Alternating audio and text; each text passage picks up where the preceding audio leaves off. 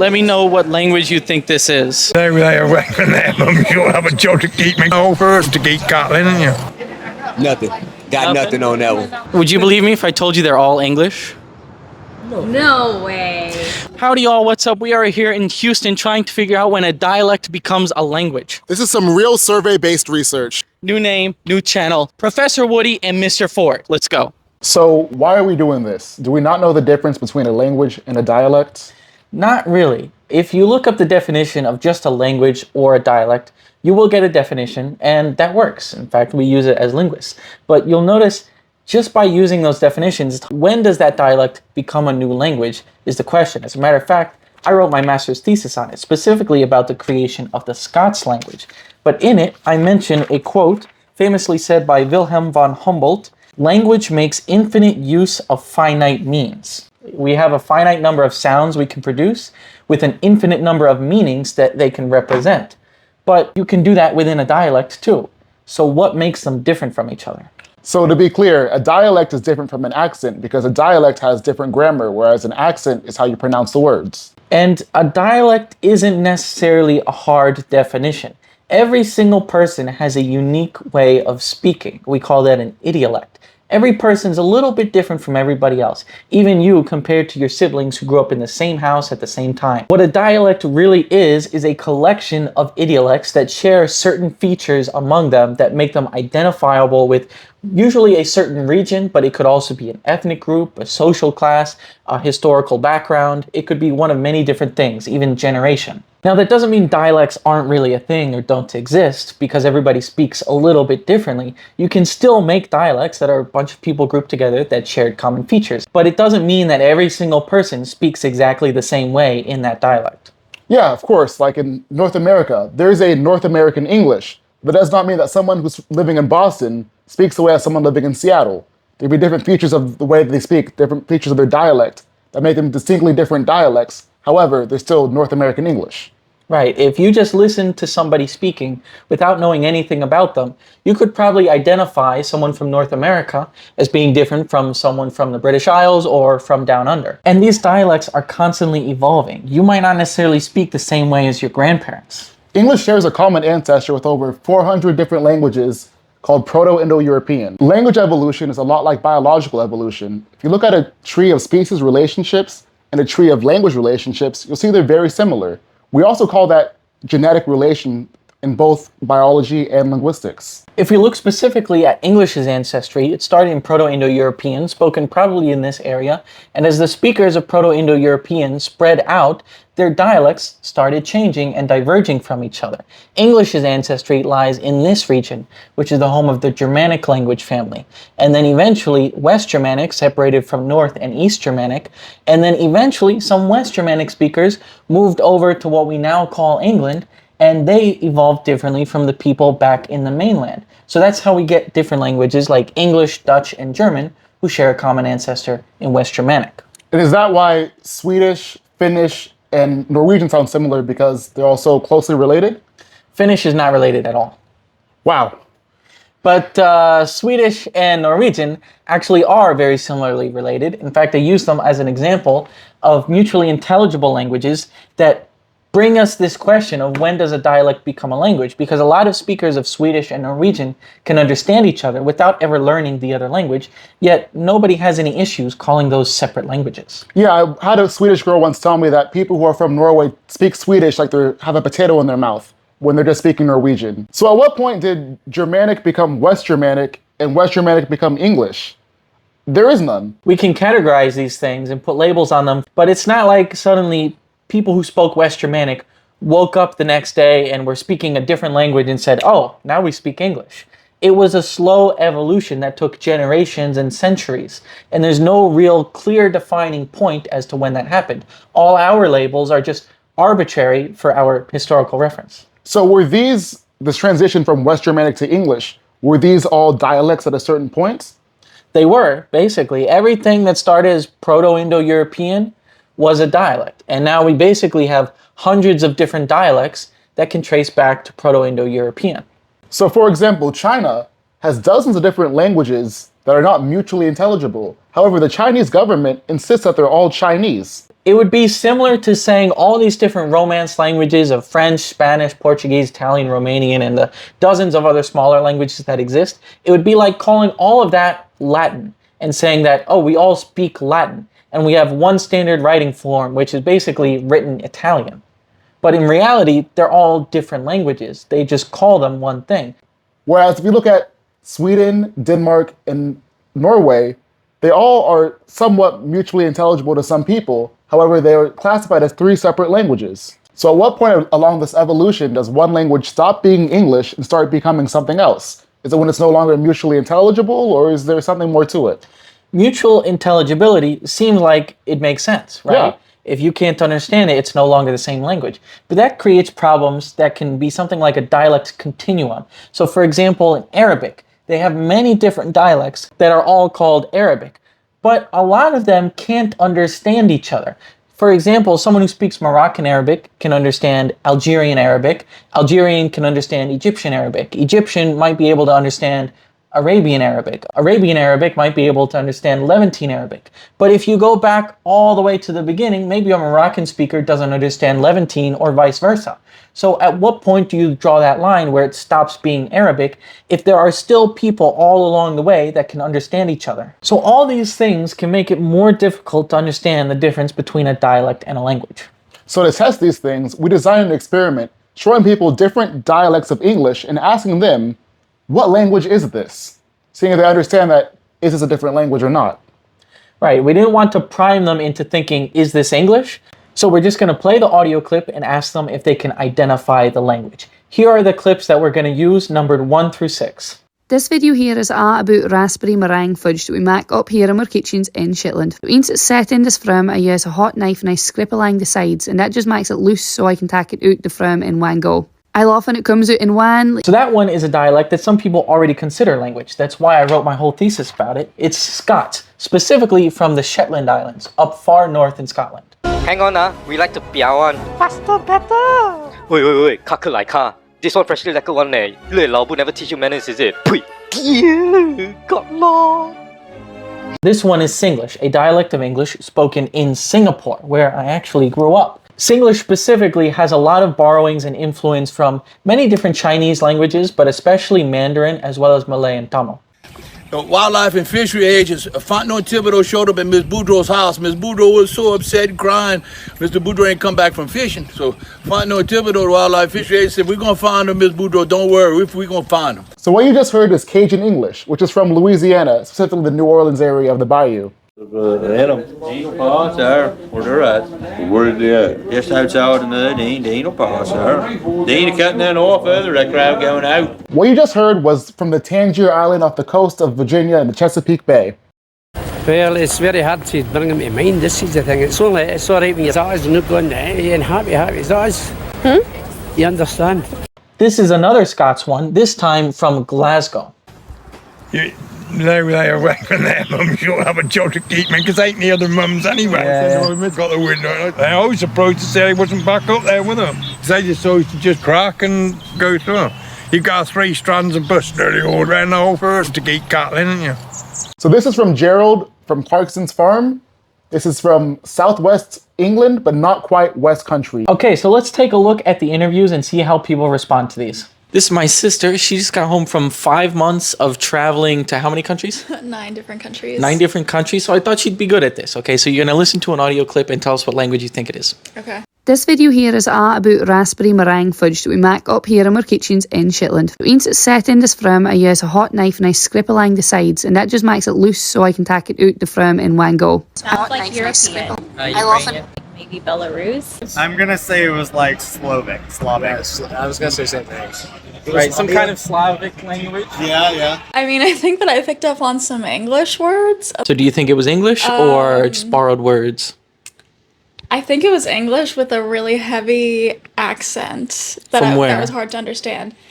If I had to guess, it sounded like it would be maybe like somewhere in Scandinavia. That sounds English to me. What kind of English?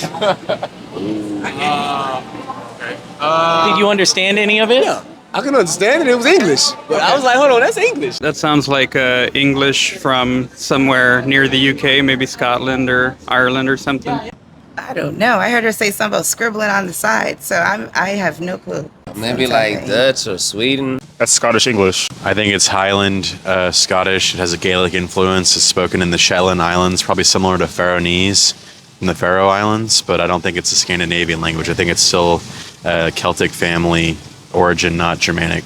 Oh yeah, I was thinking of Celtic and and Gaelic influence. I was thinking, that's why I said Scottish English. So for this one, we noticed that people pretty much could tell it was English. They usually recognize at least a few words. Some people even placing it in Scotland. One guy specifically even saying Shetland Islands. But when people got it wrong, they were saying other European languages, probably Dutch or Swedish, which are very closely related to English. Hang on, we like to 表 one. Faster, better. Wait, 卡克来卡. This one freshly like one eh. 累老不 never teach you manners, is it? Pui. Yeah, got lost. What language is that? Korean. Chinese, Vietnamese, maybe. That definitely sounded like an East Asian language to me. I would guess that was Japanese or Korean. That to me sounds like maybe an Asian language. I'm not too familiar with those. Maybe Japanese. Thai? No, it's not Thai. Malaysian? Maybe Malaysian? No, it's not Malaysian either. I'm going with Flemish. I think it definitely East Asia, either Korean or Japanese, but it's probably Japanese. Sounds like Arabic. Nah. Arabic? I was going close to French. I would say Japanese. I was going to say Korean. Nobody was able to guess what language this was. Some people were way off, saying it might be Arabic or European, while some were closer than others. Those who were kind of close, but still not quite, generally guessed it was some kind of Southeast or East Asian language. We mostly heard Japanese and Korean, I'm guessing because those are the most familiar and popular East Asian languages that we hear in the West, but nobody could spot it as Singlish. Fontenot Thibodeau showed up at Miss Boudreaux's house. Miss Boudreaux was so upset, crying. Mr. Boudreaux ain't come back from fishing. So Fontenot Thibodeau, the wildlife fishery agent, said, we're going to find her, Miss Boudreaux, don't worry. So you know this one, right? That is definitely down the bayou, people. It's Cajun English. That also sounded like English to me. At first, I thought maybe it was like an African language, but then I thought they were speaking English. From where? I have no idea.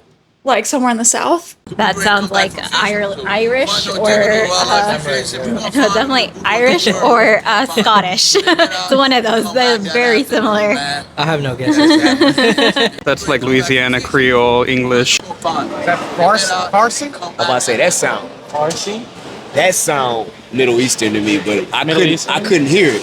A version of that Louisiana backwater type. English. I don't know. Yeah, it was English, but that was a dialect of English. It sounds like a Caribbean pidgin, so maybe part of Jamaica. American Cajun, descendants from Acadian French people. While some people were way off, this was the highest percentage of people guessing correctly. It's worth noting that this is from Louisiana, so it is physically the closest to where we filmed in Houston. So it makes sense more people would recognize it. In fact, the first one that I showed you is actually a guy whose family is from that region. That's why he knew it right away. Where they're at. Where are they at? Just outside in the Dino Pass there. They ain't cutting that off either, that crowd going out. That's a European language. I don't know which one, but I think it might be Czech. Maybe Haitian Creole. Some sort of Caribbean diaspora English. Yeah, that was English, but maybe again a country dialect. Like no Mississippi, like country. That's also English from somewhere in some rural part of the States, maybe. I don't know what region. You first thought Irish, maybe, or maybe. I'm terrible. I would go with old school Scottish. That sounds like Vietnamese. Yeah, Vietnamese. That also sounded a little bit like English to me, so I don't know what's going on. Like French Canadian or Canadian accent? I don't know. This one had people pretty stumped. The closest anybody got was saying it was some sort of rural American English. Well, it's very hard to bring them to mind, this is the thing. It's all right when your eyes are not going, and happy as eyes. You understand? Okay. Yeah, I think that's probably also another form of English. I said Scotland for the other one, but actually this sounded a little bit more like maybe Scotland to me. That's more like an Irish accent that I heard. I agree. Not Cantonese. I would say Chinese, but some kind of that. Some kind of Chinese? Yeah, some kind of Chinese, yeah. Okay. It sounded Russian. I'm just going, so yeah, I don't know. I don't want to piggyback off of him, but yeah, I'm going European something. I am going to say it was like Farsi. I'll say British English. Maybe Wales. Yeah, I go with that. I think somewhere in the UK, maybe the Midlands. That sounded like kind of Scottish to me, but at the end I thought I heard the word understand, so I don't know if he was just asking, do you understand? But it kind of sounded Scottish. Well, is Scottish a language? Good question. This was pretty close, and maybe because it was the second time people were hearing Scots in this survey. We did have a few people guess specifically Scots or Scottish. Whether they were specifically thinking of Scottish Gaelic, I can't be sure. But some people were a little more generic and said British or Irish or just some kind of English. They away from their mums, you'll have a job to keep me, because ain't the other mums anyway. Got the window. I was surprised to say he wasn't back up there with them. They just always to just crack and go through them. You got 3 strands of bus nearly all around the whole first to keep cattling, haven't you? German? Nothing. Got nothing on that one. That also sounded like English, one of those really thick accents that you would hear sometimes on Love Island and not be able to understand and not be able to stand. Which Love Island? UK Love Island. And sometimes they bring Scottish people or Irish people on there too. I'm gonna say German. German. I can German. Yeah? That's not Turkish? No, that's English. Oh, it is. Yeah, Australian. I would say Australian. I think that's a white South African. I'll say Irish English, but Also English, but I couldn't tell you maybe that from somewhere in the States that I can't really think of. Yeah, I'm gonna say English. I don't Oh, I heard 3 strands. I heard 3 strands in the middle of all of whatever that was. If you understood it, whoever you are, I guess you could say it was English. Most of the people could identify this one as English, but nobody specifically mentioned that it's from England. The people who got it wrong exclusively said that it was German. Unsurprisingly, Cajun English, closest to Houston, Texas, had the most correct responses. And Singlish from Singapore had the most incorrect, which is geographically the farthest, but also has the most influence from languages that people might be less familiar with in the West. So nobody understood Singlish. So is this the answer to our question? Is Singlish a different language? Is that when a dialect becomes a different language? While what was said in the audio clip is certainly something Singaporeans could say, there are definitely a lot of Singaporeans who speak Singlish that is easily intelligible to most English speakers. So of course, just using a few short clips, we don't get a full picture, but it's hard to answer that. And I think we didn't necessarily answer if that's become a new language, but I think what we're really trying to show is how hard it is to answer that question and how it basically can't be answered. What do you think? Given everything we've talked about today, what we heard in the interviews, the challenges we talked about before, do you think if linguists sat down and worked on it, we could actually come up with a definition that separates a dialect from a language? I want to say no. I don't think there's a way to determine when a dialect becomes a language because there's so many different moving parts around it. For example, I used to live in Japan and I would often watch the news, and when someone from Osaka would be speaking on the news, they put subtitles at the bottom of the screen. And I asked my coworker why they did that, and she said, well, I can't really understand what they're saying. And I said, well, are they still speaking Japanese? She said, yes, of course, we're all in Japan, we all speak Japanese. But you don't understand them without the subtitles. So that's how this question becomes hard to answer for me. Now, we did eventually reveal to the people we interviewed that everything we played for them was English, or at least something that some people would consider to be English. So let's see their reactions to that, and let's see their response to the question, when does a dialect become a language? Would you believe me if I told you they're all English? No way. So what we're trying to do here is basically try to figure out when does something stop being a dialect and start becoming a new language. If you hear this, knowing that it's English, but you can't understand it as English speakers yourselves, at what point do you think it stops being English? Do you think some of those should be called their own language? I think that's still considered English to me. So it's just different, you know? Like, yeah, it's just kind of like a different sound. As an English speaker, if you understand what they're saying, then it's probably English because you understand the words.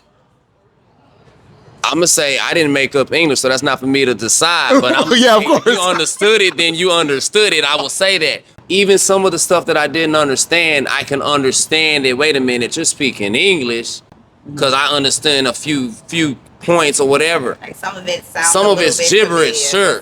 Like or sounds like gibberish to me. But I'm sure if you grow up around some gibberish, right. It might not be gibberish. I'm sure. So then the question is, if you didn't grow up around that, and that's all gibberish to you, At what point does it stop being English and it's a new language? Then it to who? You know what I mean? Then it's like to who exactly? I couldn't be able to tell you that. How much of the population is speaking like that? Would you believe me if I told you they're all English? Because I heard different English. I heard English in every single one of them. I thought I was tripping. At what point does a dialect become a new language, right? Do you think some of these should be called a different language because you had such trouble understanding them as English speakers? Yes, I do. I think they should all be their own individual language. What makes something a language? What makes English English? How is that English if you couldn't, repeat back the words that were in it? Yeah, I guess they all kind of, maybe they have like a certain ancestral root. My first language is Spanish, so I think when I hear, and my folks are from Mexico, so, when I hear Argentinians speak Spanish, sometimes I'm like, I have no idea what on earth that is, but I know they're speaking Spanish. I mean, me personally, I don't think it should be a separate language. So how different does it need to be before you'd say it's a different language? Like they're using different words or a different dictionary, alphabet, vocabulary. You don't think they already are? I think they're using some different words, but not different enough. So I don't know where the line is. So would you say that all of these are English? Yes. Yes. Did you understand every word that they were saying in these videos? No, but when I think of English, I think contemporary languages are very centralized, or at least they're becoming more centralized. But I think of English as like a broader family. It's some of them are almost unintelligible. So that could be an argument for a different language, but I still look at them in a similar grouping that I would label as English. I may be cousins with him, or actually I'm clearly not cousins with him, but we may share a common ancestor, but we're both people, but we're not the same. That language works the same way. So when I said American English, or I say American English, earlier I said Scottish English for one answer, it's because it has more of a Scottish root, which has Gaelic and other influences over there, whereas American English that we know it has part Spanish, part Germanic influence, and then our own, and British, of course, and we evolved from that. So it's just taking different routes. So there we have it. Total strangers on the street, as well as linguists, all struggle to define when a dialect becomes a language. Before we wrap up, let us know. Leave a comment and tell us, do you think we can define when a dialect becomes a language? Yeah, let us know in the comments. Did you understand the languages we showed? Did you understand where they were from? Let us know if we did a good job with this. This is our first video. We're really trying to put ourselves out there as linguists, asking good questions and doing educational content. So give us good feedback. If you like this video, the best way to support us is, of course, to comment, like, share, and subscribe. To finish this off, let's talk about some logistics of what we did. First of all the interviews we did, you can see in their entirety uncut, which will be available on my personal channel, where we'll upload all our basically auxiliary footage, because I want you guys to have that accessible, to know that at least we didn't cut it and edit it up just to make people look stupid or manipulate their answers. We wanted to show their actual answers. We just couldn't use that much time. Link in the description. And just a note on 2 of those, I was doing them myself without someone else there to hold the camera. So those I did cut up because I had to use my same device to play the audio for them. So that's why some of them do have some cuts in them, but we haven't edited any of their answers. These are all done on the street with random people for the most part, but some were with friends and family. We try to make that known so it wasn't, they know that we're linguists, and they know that we're trying to do research, so they did not know more information than anybody else. Some of these were taken at bars with people drinking, and maybe that could have affected their responses. And some were in a loud place, and some of the audio files were quieter than others. And of course, we didn't have a very big sample size. I think we got 11 or 14, 11 people in total, with like 7 different video interviews, which, is okay for a video, but it's definitely not something you can base science on. This is not an academic study or paper by any means. We followed roughly a scientific method, but again, there's this is not something you should be citing in your research paper. But if you want to give us a shout out and reference us in your own social media videos, that'd be amazing. Yeah, leave a link, tell them to like, comment, subscribe, all that stuff. If you made it to the end, thank you guys so much for watching. And, you know, it's been fun making this. We'd love to keep doing it. So hopefully you guys enjoyed it too.